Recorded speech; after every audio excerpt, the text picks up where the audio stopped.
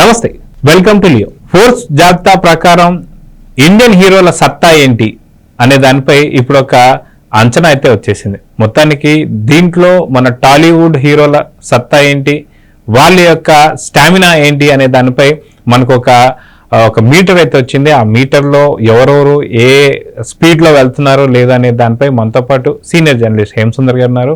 వారిని అడిగి తెలుసుకుందాం. సార్ నమస్తే. నమస్తే అండి. సార్, ఫోర్బ్స్ జాబితా ప్రకారం ఒక్కొక్క హీరోకి స్టామినా ఎంత అనే దానిపై అయితే ఒక అంచనా అయితే వచ్చింది. మొత్తానికి ఎవరెవరు ఉన్నారు, దాంట్లో వాళ్ళ స్పీడ్ ఎంత, ఆ మీటర్లో ఎవరి ఫాస్ట్ ఎంత ఉంది, దీంట్లో తెలుగు హీరోల సత్తా ఏంటి అంటే ఏం చెప్తారు? అంటే ఫోర్బ్స్ జాబితాలో టాప్ 10 లిస్ట్ అంటూ ఒక లిస్ట్ వచ్చింది. అది ఎంతవరకు నిజం అనేది ఎవరికి తెలియదు, వాళ్ళు తయారు చేసిన లిస్టు. ఆ ప్రకారం చూసుకుంటే అల్లు అర్జున్ టాప్ ప్లేస్లో 300 కోట్ల రెమ్యునరేషన్ తీసుకుంటున్నట్టుగా వాళ్ళు పేర్కొన్నారు. అంటే మైత్రి మూవీస్ వాళ్ళు తీసిన పుష్ప 2 సినిమాకి అల్లు అర్జున్ తీసుకున్న రెమ్యునరేషన్ 300 కోట్లని వాళ్ళు పేర్కొంటున్నారు. ఆ ప్రకారం చూసుకుంటే అల్లు అర్జున్ టాప్ అని అనుకోవాలి. కానీ దీంతో విభేదించే వాళ్ళు ఉంటారు. ప్రభాస్ ఎప్పటి నుంచో దాదాపు హైయెస్ట్ రెమ్యునరేషన్తో బాహుబలి దగ్గర నుంచి ప్రభాస్ సినిమాలకి హైయెస్ట్ రెమ్యునరేషన్ తీసుకుంటూ ఉన్నారు. అలాంటిది మరి అల్లు అర్జున్కే 300 కోట్లు రెమ్యునరేషన్ మైత్రి వాళ్ళు ఇస్తే మరి ఆ సినిమా మేకింగ్కి ఇతర ఆర్టిస్టులకి కలుపుని ఎన్ని కోట్లు అయ్యి ఉండాలి? 600 కోట్లు ఈజీగా అయ్యే అవకాశాలు ఉంటాయి. అది మరి దీన్ని అఫీషియల్గా మా అల్లు అర్జున్ కూడా ప్రకటించాడు కదా. కాకపోతే నేను ముందు ఉండాలనుకున్నప్పుడు దీన్ని ఖండించరు. వేరే హీరోలు కన్నా నేను ముందున్నాను అనుకోవాల్సి ఉన్నప్పుడు ఆయన వాళ్ళు ఖండించరు. అది అయితే ఇక ఈ లిస్ట్ ప్రకారం చూద్దాం. వాళ్ళు పేర్కొన్న జాబితా ప్రకారం ఏంటంటే అల్లు అర్జున్ 300 కోట్లు అని చెప్పారు. అలాగే విజయ్, తమిళ హీరో విజయ్ 275 కోట్లు అని చెప్పారు. అలాగే షారుఖ్ ఖాన్ 200 కోట్లు అంటున్నారు. రజనీకాంత్ 270 కోట్లు, అమీర్ ఖాన్ 275 కోట్లు, ప్రభాస్ 200 కోట్లు, అజిత్ 165 కోట్లు, సల్మాన్ ఖాన్ 150 కోట్లు, కమల్ హాసన్ 150 కోట్లు, అక్షయ్ కుమార్ 145 కోట్లు. ఇట్లా ఒక 10 మంది లిస్టు రిలీజ్ చేశారు. మరి అలాంటప్పుడు మహేష్ బాబు పేరు అయితే దీంట్లో లేదు. అంటే ఇప్పుడు మరి SSMB 29కి మహేష్ బాబు తీసుకున్న రెమ్యునరేషను ఎంత అనుకున్నప్పుడు మరి అది ఎంత ఉంటుంది అనేది మనం ఇంకా వాళ్ళు బహుశా సినిమా స్టార్ట్ అవ్వలేదు కాబట్టి వాళ్ళు పెట్టుండరు. అయితే మొత్తాన్ని మనం చూసుకుంటే టాలీవుడ్లో కూడా ఇంకా చాలా మంది హీరోలు ఉన్నారు. కానీ ఎక్కువ శాతం టాలీవుడ్లో ఓన్లీ అల్లు అర్జున్, ఇంకొంతమంది తప్ప మిగతా హీరోలు కూడా చాలా మంది ఉన్నారు, పాన్ ఇండియా హీరోలు. వాళ్ళ పేర్లు రాలేదు అంటే ఎందుకు, ఏం చెప్తారు? ఒక విధంగా చెప్పాలంటే ఈ ఫోర్బ్స్ లిస్ట్లో ఉన్న వాళ్ళు ఎక్కువ మంది సౌత్ ఇండియన్ హీరోలే ఉన్నారు. ఎక్కువ రెమ్యునరేషన్ తీసుకుంటున్న వాళ్ళు. Vijay south Indian hero, Allu Arjun south Indian hero, Prabhas south Indian hero, మరి కమల్ హాసన్, రజనీకాంత్ వీళ్ళందరూ సౌత్ ఇండియా వాళ్ళే.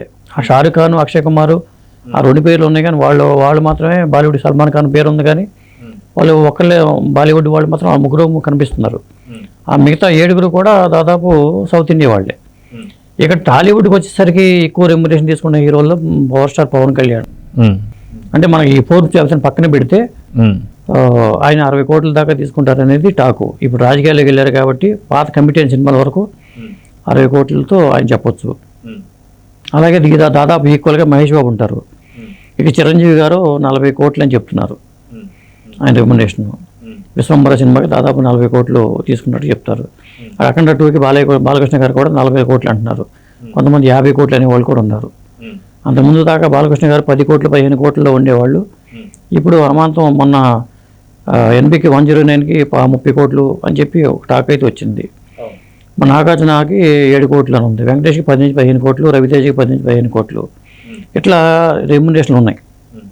అయితే ఇప్పటిదాకా ఓన్లీ కొన్ని సినిమాలు మాత్రమే వచ్చాయి. రాబోతున్నాయి అన్ని కూడా పాన్ ఇండియా మూవ్స్ రాబోతున్నాయి. చాలా భారీ బడ్జెట్ మూవ్స్ రాబోతున్నాయి. SSMB 29 కావచ్చు, లేదా పుష్ప 2 కావచ్చు, లేదా సలార్ కావచ్చు, లేదంటే మటుకు ఇట్లా చాలా సినిమాలు రాబోతున్నాయి సౌత్ ఇండియా నుంచి. సో ఈ మధ్య కాలం చూసుకుంటే మనకి బాలీవుడ్ సినిమాల కన్నా సౌత్ ఇండియా సినిమాలే భారీ హిట్లు కొడుతున్నాయి.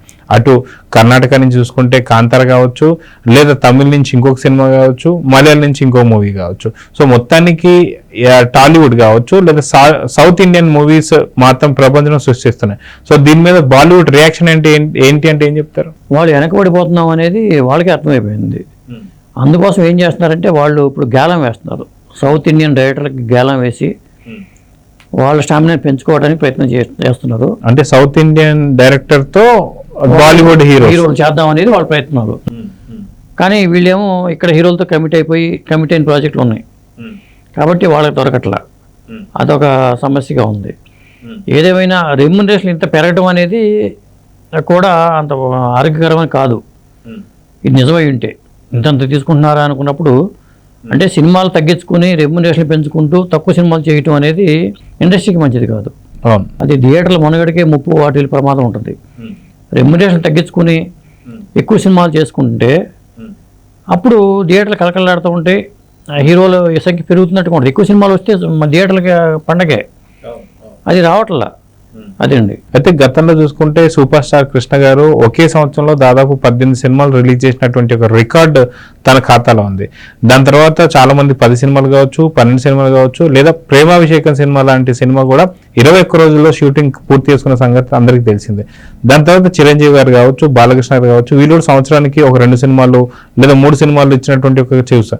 ఎందుకని ఇప్పుడున్నటువంటి కాలంలో టెక్నాలజీ పెరుగుతున్న కొద్దీ ఇంకా స్పీడ్గా రావాల్సిన సినిమాలు కూడా చాలా లేటుగా రావడం కావచ్చు, 2 సంవత్సరాలు 3 సంవత్సరాలు. సో ఇది సినీ పరిశ్రమకి మంచిదా కాదా అంటే ఏం చెప్తారు? ఇప్పుడున్న జనరేషన్ హీరోల్లో చిరంజీవి గారు 7-8 సినిమాలు చేసిన సందర్భాలు రోజులు ఉన్నాయండి సంవత్సరానికి. ఇప్పుడు ఏమవుతుందంటే ఆయన స్థాయి ఆయన తగ్గించుకోవడం కూడా ఆయనకి ఇష్టం ఉండదు కదా. వేరే హీరోలు ఏమో తక్కువ సినిమాలు చేసుకుంటూ ఎక్కువ రెమ్యునరేషన్ తీసుకుంటుంటే నేను నెంబర్ 1 హీరోగా ఉండి నేనెందుకు 7 సినిమాలు చేసుకుంటూ నేనెందుకు తక్కువ, నా స్థాయి ఏంటి అనుకునే ఆలోచన వస్తుంది, ఆటోమేటిక్గా వస్తుంది ఇతర హీరోలకి. చిరంజీవి గారు అనే కాదు, వేరే హీరోలు కూడా అదే ఆలోచన వస్తుంది. అందువల్ల అందరూ కూడా అదే బాటలోకి వెళ్ళిపోతున్నారు.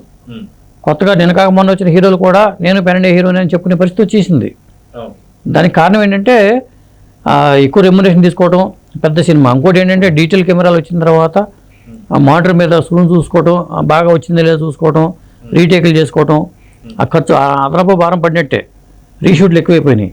ఇదివరకు ఏంటంటే ఫిల్మ్తో చేసేవాడు కాబట్టి వేస్టేజీ పెరుగుద్ది, ఇన్ని క్యాన్లు మాత్రమే మనం వాడాలి అనుకుని ఒక లిమిట్ పెట్టుకునేవాళ్ళు. ఆ లైటింగ్లో ఉన్న వాళ్ళు డైరెక్టర్లు అయ్యి కేఎస్ఆర్ దాస్ లాంటి వాళ్ళు ఉన్నట్టయితే అసలు తక్కువ షూటింగ్ డేస్లోనే సినిమాలు కంప్లీట్ అయిపోయి టక సినిమాలు వచ్చేవి. ఇప్పుడు కృష్ణ గారికి అన్ని సినిమాలు రావడానికి కారణం కూడా అలాంటి డైరెక్టర్లే. అదండి. అయితే గతంలో మనం చూసుకుంటే ఏదైతే ఆచార్య సినిమా టైంలో కూడా 90 రోజుల్లో షూటింగ్ కంప్లీట్ చేయాలి, దీన్ని సంవత్సరానికి ఒక 2 సినిమాలు అన్నా సరే పెట్టాలని చెప్పి చిరంజీవి గారు అనుకున్నారు. సో ఇప్పుడు ఏదైతే మనం మాట్లాడుకుంటున్నటువంటి ఒక పారితోషికం ఏదైతే ఉందో ఇది కూడా సినీ పరిశ్రమకి ఇబ్బందికరంగానే ఉంటుంది అనుకోవచ్చా? ఇబ్బందికరమేనండి. ప్రతి హీరో కూడా కనీసం 3 సినిమాలన్నా రిలీజ్ అయ్యేలాగా ప్లాన్ చేసుకోవాలి. అలా చేసుకుంటేనే థియేటర్లు, లేకపోతే థియేటర్లు వీళ్ళు అంతా ఎన్ని సినిమాలు చేసినా థియేటర్లు లేకపోతే కష్టం కదా. బుల్లితెరకే పరిమితం అయిపోవాల్సిన పరిస్థితి వస్తుంది. ఎంత హోమ్ థియేటర్లో వాళ్ళు ఎంతమంది ఉంటారు, లేదా 65 ఇంచెస్ 75 ఇంచెస్ టీవీలో ఉన్న వాళ్ళు ఎంతమంది ఉంటారు. వాళ్ళ కోసం సినిమాలు చేసుకునే పరిస్థితిలోనే తయారైపోతారు పెద్ద హీరోలు కూడా. థియేటర్లు మనుగడని దృష్టిలో పెట్టుకోవాలంటే రెమ్యునరేషన్ తగ్గించుకుని ఎక్కువ సినిమాలు చేసుకుంటే అందరి నిర్మాతలకు అందుబాటులో ఉంటే సినిమాలు చేస్తారు. నిర్మాతలు సినిమాలు చేయడానికి ముందుకు రావట్లా.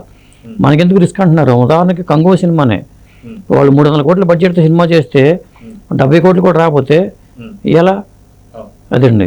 సో గతంలో మనం చూసాము ఏదైతే పారితోషికం తగ్గట్టుగా దానికన్నా ఎక్కువగా థియేటర్స్ ఉండే, దాదాపు 3000 పైచిలకు ఏపీ తెలంగాణ ఉమ్మడి రాష్ట్రాల్లో కలిపితే ఇప్పుడు దాదాపు సగానికి పడిపోయినటువంటి సంగతి తెలుసు.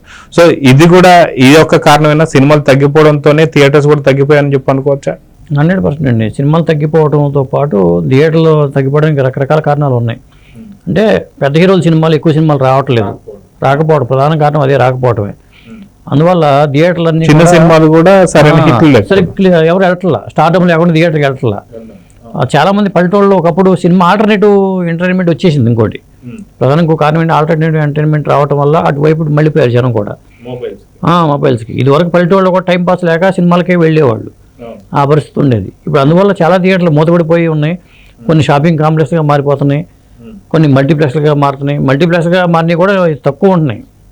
అదండి. సో చూద్దాం సార్, మొత్తానికి తెలుగులో సత్తా కావచ్చు లేదా సౌత్ ఇండియన్ సత్తా అయితే కనిపిస్తుంది. కానీ ఇక్కడ తాగకుండా వచ్చే సంవత్సరంలో రాబోతున్నటువంటి వచ్చే సంవత్సరం కావచ్చు లేదా పైన నెక్స్ట్ వచ్చేటువంటి సినిమాలు కూడా చాలా భారీ ఎత్తున రాబోతున్నాయి.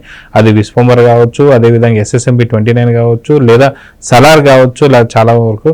సో చూద్దాం ఇంకా పూర్తి స్థాయిలో ఎలాంటి రికార్డ్స్ నెలకొల్పబోతున్నారు సౌత్ ఇండియన్ హీరోస్ అనేది. నమస్తే.